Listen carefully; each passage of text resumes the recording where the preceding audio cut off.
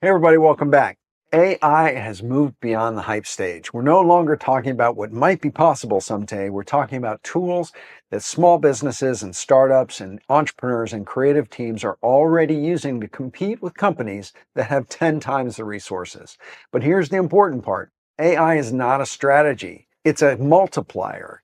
And if you don't already have clarity around your brand, your messaging, and your goals, AI is not going to fix that. It will just help you move faster in the wrong direction. So what I want to do today is I want to walk you through 10 real opportunities for using AI the right way, especially if you're a founder, a small business owner, or a creative professional who are supporting your clients. Along the way, I'm also going to point out where human judgment still matters most, because that's where the real value lies. Number one is enhanced personalization. One of the most powerful uses of AI is delivering more relevant messages to the right people at the right time.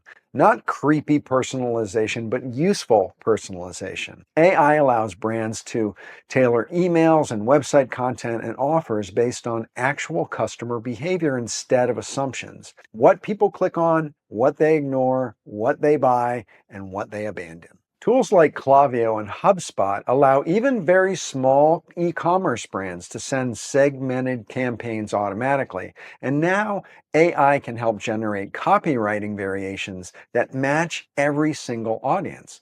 The important thing to understand is that AI does not decide what your brand sounds like. It only scales the direction that you already give it. That's where creative professionals come in, because you need to define the voice, the tone, the messaging, and those sorts of frameworks so the personalization still feels human, and most importantly, it feels on brand. Number two is increased efficiency. The fastest win for most small businesses here using AI is efficiency. AI is also incredibly good at handling repetitive, low leverage tasks that drain time and drain energy. This includes things like first drafts of copy, ad variations, content outlines, basic research, and performance summaries. All these can be handled faster with AI support. Tools like ChatGPT and Gemini and Jasper are already being used by solopreneurs and founders and small teams to move past the blank page and get momentum going quickly. The key shift here is understanding that AI is not replacing thinking, it's replacing friction. Your client's job becomes editing and refining and deciding what actually deserves to exist. If you're taking what AI just spits out and you're using it as is, you aren't doing yourself any favors. You're just contributing to the AI slop that's clogging the digital world right now. The brands that ultimately are going to win will be the ones that edit and refine and make what AI spits out truly human and authentic and in your brand's tone of voice. Number three is scalability. AI makes it possible to scale output without scaling headcount. That matters a lot for growing brands. A company that used to publish maybe one blog post or one video a month can now produce consistent multi-channel content without burning out the team. And with tools like Notion, using built-in AI, or Descript for content repurposing, one core piece of content, one preferably long-form video, can be transformed into blogs and podcasts and emails and carousels and social posts and short-form videos. Now, for creative professionals, this shifts your value from producing individual assets to helping you design and execute repeatable content systems for your clients that will scale content quality, not just volume. Now, number four is data-driven insights. A lot of small businesses rarely even look at their analytics, apart from sales figures or possibly web traffic, right? And the businesses that do look at their analytics rarely use it effectively. A lot of times this happens because businesses don't know how to read that data or even what to do with it. This is where AI can be hugely beneficial. AI helps surface insights without requiring advanced analytics skills. Platforms like Google Analytics, to be honest, really hard to parse for the casual user, myself included, now can highlight trends and anomalies and behavior patterns automatically, helping you understand what's working and what's not in almost real time. This matters because it allows your business decisions and also your creative and branding and design decisions become more confident when they're informed by actionable feedback. Number five is creative augmentation. This is where the fear of using AI tends to show up But it shouldn't, because AI does not replace creativity. It accelerates and broadens exploration. Designers and writers are using AI to generate ideas faster and explore directions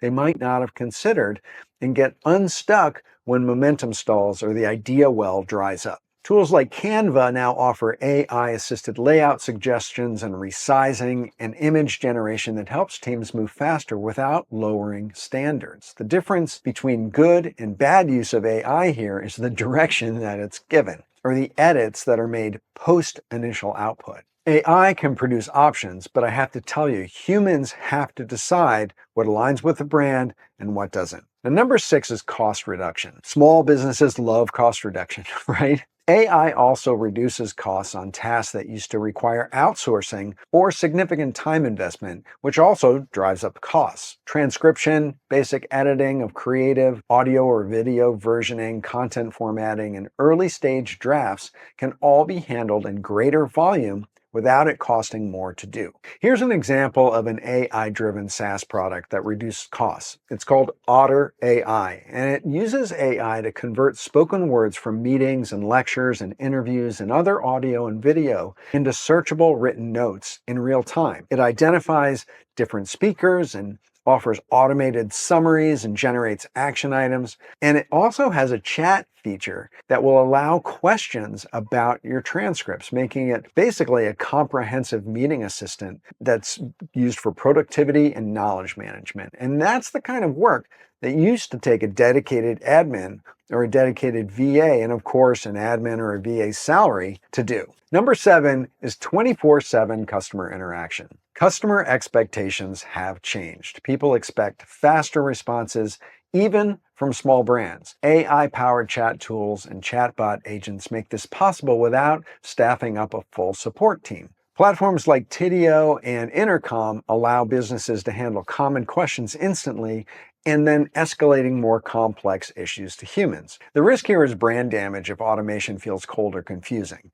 That's why brand voice matters so much in AI automated interactions. Creatives play a crucial role in shaping how these conversations sound and how they feel by working with clients to make sure that the standards for brand personality and brand tone of voice are established and rolled out to marketing areas so that they know how to execute them in real-life use cases. Number 8 is trend prediction. AI can identify patterns in search behavior and content performance and social engagement faster than humans can. Tools like Exploding Topic use data analysis to identify emerging trends and topics and markets before they become mainstream. This can really help businesses and creators gain a competitive advantage. It works by monitoring web searches in conversations and shopping data, and it spots patterns of rapid growth. This can help companies exploit emerging opportunities in areas like tech and e-commerce and content creation much faster and more accurately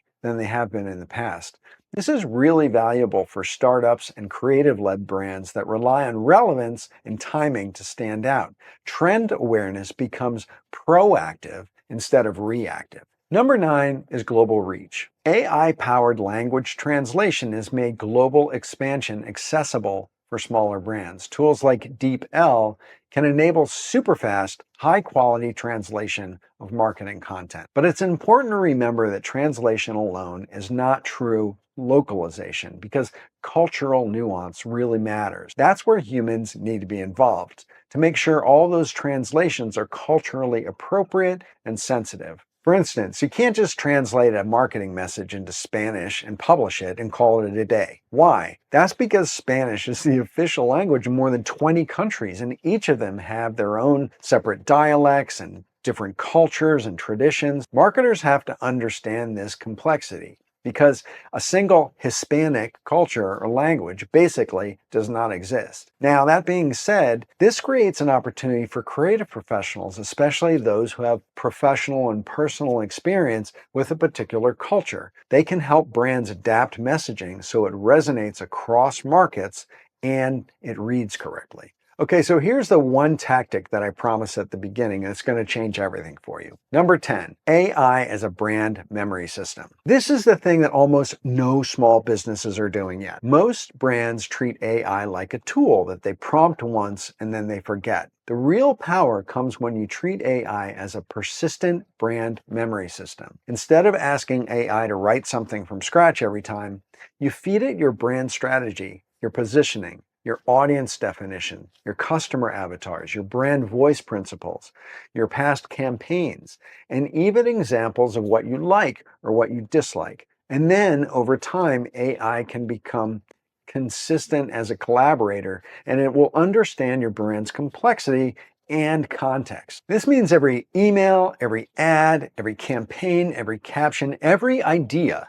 is going to start from the same strategic foundation. And for creative professionals, this is a massive opportunity because you can build and maintain these brand knowledge systems for your clients.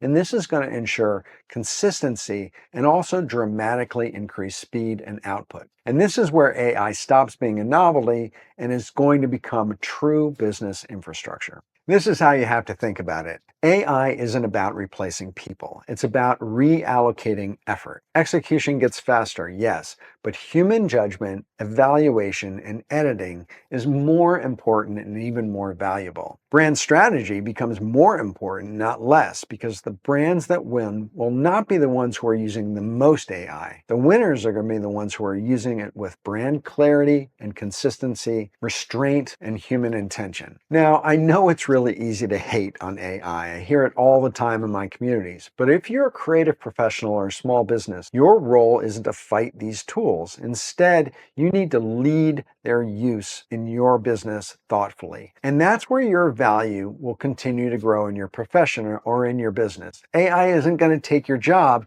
if you make it your job to learn how to use it and how to implement it in your business and for your clients in your particular area of expertise, whether that's marketing or design or photography or copywriting, audio or video, the list goes on. Okay, so if this was helpful, you know what to do. Hit the subscribe button and that notifications bell so you can get alerted when I post a new video or when I go live. And also, hit me up in the comments and tell me the one thing that I mentioned in this video that you're going to explore. So that's it. Thanks for watching. Stay creative, and I'll see you in the next one.